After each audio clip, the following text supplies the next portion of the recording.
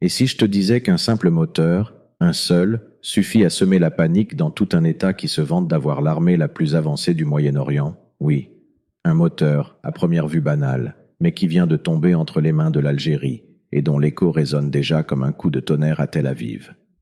Un événement marquant, l'acquisition inattendue. Personne n'a vu venir ce coup, ni les stratèges des grandes capitales, ni même certains experts militaires de la région.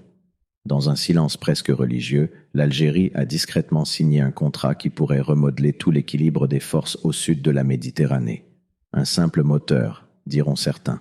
Oui, mais pas n'importe lequel. Il ne s'agit pas d'un moteur pour faire tourner des turbines civiles ou alimenter de simples navires marchands. C'est un bijou d'ingénierie, issu des derniers laboratoires aérospatiaux, conçu pour donner vie aux drones d'attaque longue portée, aux missiles de croisière capables de contourner les radars et aux prototypes d'avions furtifs encore à l'étude. Ce contrat, selon des sources proches du dossier, aurait été finalisé loin des regards occidentaux avec la signature d'un fournisseur asiatique réputé pour ses technologies avancées et son refus des pressions internationales.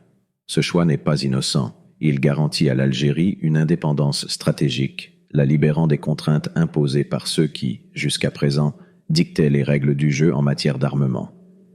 Pour Alger, c'est une percée historique. Jusqu'alors, le pays s'appuyait sur des alliances fluctuantes, souvent vulnérables aux changements géopolitiques. Mais cette fois, il tient entre ses mains une clé, la capacité de produire, d'adapter et peut-être même de vendre plus tard ses propres systèmes offensifs. Et dans les cercles militaires algériens, l'excitation est palpable. Les ingénieurs s'affairent déjà autour des premiers modules reçus. Des tests secrets sont programmés. Des pistes d'aviation éloignées des grandes villes sont aménagées pour accueillir ces engins du futur. L'Algérie n'est plus simplement un spectateur du grand échiquier mondial. Elle commence, doucement mais sûrement, à avancer ses propres pions. Un élément intrigant, la panique discrète à Tel Aviv. Dans une pièce austère, au cœur d'un bâtiment gouvernemental de Tel Aviv, des officiers supérieurs se tiennent debout autour d'une table. Leur posture est raide, leur visage fermé. Sur l'écran géant accroché au mur, défilent des clichés granuleux pris par des satellites espions. D'immenses zones sableuses au sud de l'Algérie, parsemées de marques sombres, silhouettes d'appareils stationnés à l'écart, et au milieu, des hangars flambant neufs, trahissant une activité récente. Une main gantée pointe un laser rouge sur la carte. Un murmure parcourt la salle. Les images ne mentent pas. Les Algériens ont non seulement reçu leur moteur, mais ils l'installent déjà sur des prototypes, peut-être même sur des drones armés. À l'extérieur du bâtiment, rien ne transparaît. Les avenues de Tel Aviv brillent sous le soleil, les terrasses sont animées, la vie continue comme si de rien n'était. Mais dans l'ombre, les rapports affluent. Ils parlent de vols cargo venus d'Asie qui se posent en Algérie à des heures inhabituelles, d'ingénieurs étrangers accueillis sous haute sécurité et de commandes urgentes de carburants spéciaux. Les services de renseignement israéliens, habitués à surveiller chaque mouvement au Liban, en Syrie, en Iran, se voient contraints d'ouvrir un nouveau dossier sur l'Algérie, un pays qu'ils sous-estimaient encore hier. La presse, quant à elle, avance prudemment. Un éditorial évoque une potentielle menace émergente au Maghreb, sans oser pointer directement du doigt le cœur du problème. Car admettre que la supériorité technologique d'Israël pourrait être contestée par un moteur algérien, c'est briser un tabou national. Pourtant, derrière chaque ligne prudente des journaux se cache une peur profonde, silencieuse, qui grandit et commence à ronger les certitudes de Tel Aviv. Un rebondissement inattendu, l'ombre d'alliances imprévues. Dans les salons feutrés des ambassades, on chuchote plus qu'on ne parle. Les verres de cristal tremblent légèrement sous l'effet d'une tension nouvelle. Des diplomates au visage impassible échangent des regards lourds de sous-entendus. Car voilà que la donne change brutalement. La Russie et la Chine, deux puissances qui scrutent le moindre déséquilibre mondial, flairent déjà l'occasion. Selon des sources bien placées, des émissaires russes auraient proposé à Alger des ingénieurs spécialisés dans l'intégration de moteurs sur des missiles hypersoniques. En parallèle, des techniciens chinois se prépareraient à fournir des logiciels de guidage de dernière génération. Tout cela dans une discrétion absolue, loin des caméras et des flashs officiels. Imagine la scène, un pays du Maghreb, longtemps considéré comme simple acheteur d'armes, se transforme peu à peu en concepteur autonome de systèmes offensifs sophistiqués. Un acteur qui non seulement reçoit, mais adapte, améliore et peut-être, un jour, exportera à son tour. Ce frisson traverse déjà les couloirs des ministères occidentaux. À Paris, Londres, Washington, des réunions extraordinaires s'enchaînent. Les conseillers spéciaux sortent leurs dossiers d'archives, tentent de recalculer les équilibres stratégiques. Des coups de téléphone nerveux sont passés à Alger sous couvert d'amitiés anciennes. Mais la réponse est toujours la même. L'Algérie avance, sereine, presque habitée d'une certitude que rien ne semble pouvoir ébranler. Et dans cet étonnant ballet diplomatique, beaucoup sentent confusément qu'il ne s'agit pas seulement d'une affaire de moteur ou de missiles. Quelque chose de plus grand est à l'œuvre, comme si un vent invisible poussait l'Algérie vers un destin nouveau, guidé par une force qui échappe aux calculs humains. Une analyse spirituelle.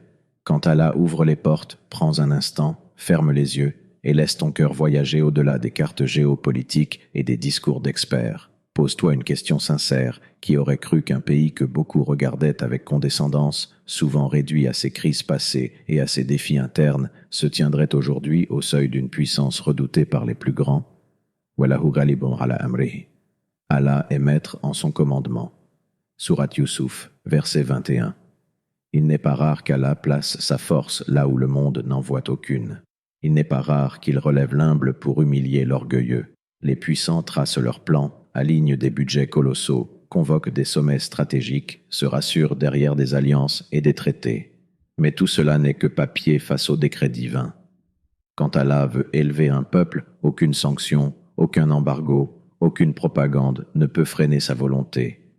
Et regarde comme les choses se dessinent, pendant que l'Algérie agit dans le silence, des cœurs sincères invoquent Allah, demandant force, protection et victoire contre l'injustice.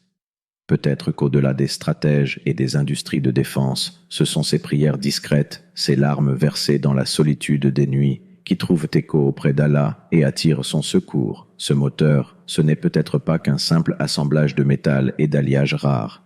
C'est un instrument qu'Allah place dans les mains de qui il veut, au moment qu'il juge juste. Un rappel pour ceux qui méprisent, pour ceux qui oppressent, que rien ne peut surpasser le décret du Tout-Puissant. Et qu'au-dessus de chaque calcul humain, il y a la décision suprême d'Allah que nul ne peut inverser. Les rumeurs d'un transfert révolutionnaire. Dans l'ombre des salons dorés et des tables rondes internationales, courent des murmures qui glacent le sang des stratèges israéliens et de leurs alliés. Ce moteur, disent-ils, l'Algérie ne le conserverait pas jalousement dans ses hangars ultra sécurisés. Non.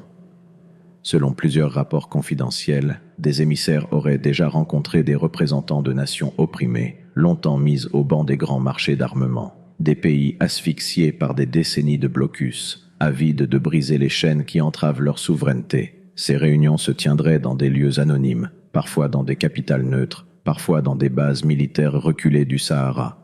Aucun communiqué officiel, aucune photo, rien pour nourrir les médias.